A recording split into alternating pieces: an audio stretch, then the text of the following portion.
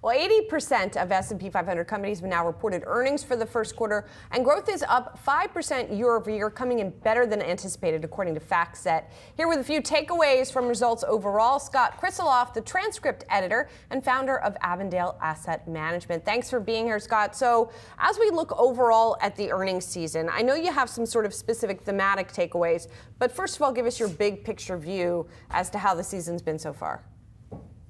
I think it's been better than I expected, certainly. I think, especially with respect to the consumer, who was expecting to see some weakness starting to filter through in the economy, and it just hasn't happened. Even though all of the pandemic-era stimulus that came through the consumer balance sheets and was propelling spending, obviously, for the last several years, even though that has kind of normalized at this point, consumers seem to still be strong. I think comps are a little bit down from where they were in terms of like you're comping in the low mid single digit range instead of the high single digit and double digit ranges for consumer spending type companies. But I would say overall it's been stronger than I anticipated. And Scott, another theme, we got to get your take on is AI. As you kind of, you saw the report, Scott, you were listening to the conference calls. What was your take? Did you see executives as excited as ever about that red hot tech? Yeah, my own takeaway was really there are the tech companies that everybody knows that have real exposure to AI and are working on building the infrastructure in order to be able to develop and deploy AI. And they have a lot of things on their hands in order to do that. It's a really big infrastructure project that all of these companies all of the big hyperscalers, cloud companies are undertaking right now. They're all kind of in one bucket, and they're just working, kind of going forward on deploying those and also improving models, et cetera. And then there are a lot of companies that are in the traditional sort of Fortune 500 who are trying to figure out how to use AI in order to help their businesses. And you're seeing a lot of those CEOs who aren't necessarily tech CEOs, quote unquote, but are looking at AI, very interested, talking about use cases that they're seeing in their companies and getting ready to deploy those. But those are the two things that you're really seeing in AI. In addition to that talking point that you're seeing there is within that infrastructure build, just seeing how energy intensive AI is. I think people are really starting to understand that that's one of the big bottlenecks for AI in addition to the semiconductors. Well, and Scott, what are the implications of that? Because I've heard a lot of talk about it, but less about what it means, right?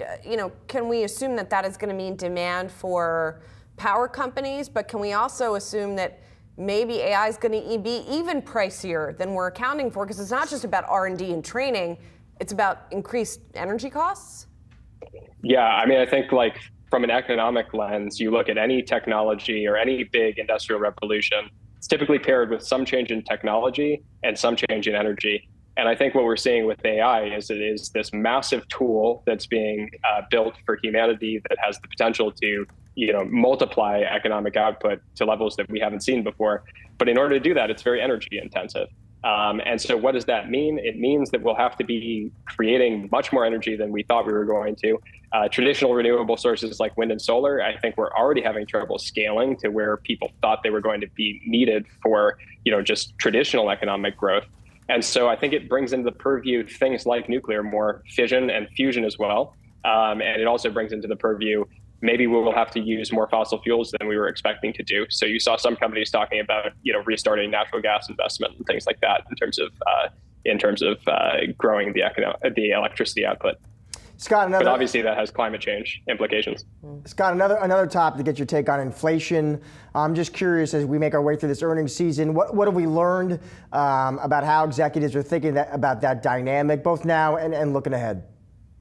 Yeah, I think the vast majority of executives that you're seeing are kind of in the consensus that we're seeing across markets and what the Fed was talking about this week of basically you're seeing inflation that's stickier than was being expected, that the Fed's going to be on hold with respect to interest rate decreases. But there was one comment that we put in the newsletter last week from Walmart that was actually on a newscast, but was talking about how they're actually seeing deflation. So they're seeing much better inflation progress than I think the markets are expecting. And obviously Walmart's a very, very big, the biggest retailer in the world. And so them seeing that, I think, has positive implications potentially for the path of inflation going forward, and would be a surprise not only to markets, but the Federal Reserve as well, a positive surprise. This is something to watch really closely because obviously consensus is pretty well dug in now that inflation is stickier than people were expecting. And then the other takeaway, I guess we're going in sort of reverse order of the bullets, but that the consumer is still strong, which I guess is sort of related to inflation maybe being less sticky. But it's interesting that you have taken away that the consumer is still strong, because we have had some examples of companies, I can think of Starbucks, for example, that didn't necessarily show as much consumer strength. Yeah, I mean, I really go back to the credit card companies first and foremost when I'm looking at how the consumer spend in general is progressing. And those companies were showing decent. Again, the comps were lower than they had been, but we're still showing pretty strong consumer spending data. And so when I look across the totality of it, I get the message. And we had, 1 week we ran probably 8 or 9 quotes from different companies talking about the consumer being very resilient. Capital One calling the consumer quite strong.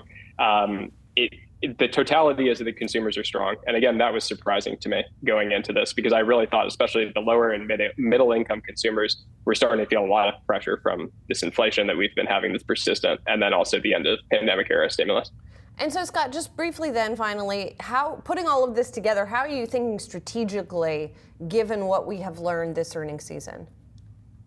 Yeah, that's a good question. I think strategically, it's still, inflation is probably the number one thing because of the way that it impacts the Fed's ability to react and lower interest rates or keep interest rates on hold. I think that's going to be the story of the second, half of the year, is what the Fed is going to be doing with those interest rates. And so if inflation is indeed falling, then hopefully we're still going to get some interest rate decreases, and that should be a boost to securities prices. Scott, thanks so much for joining us, and have a great weekend.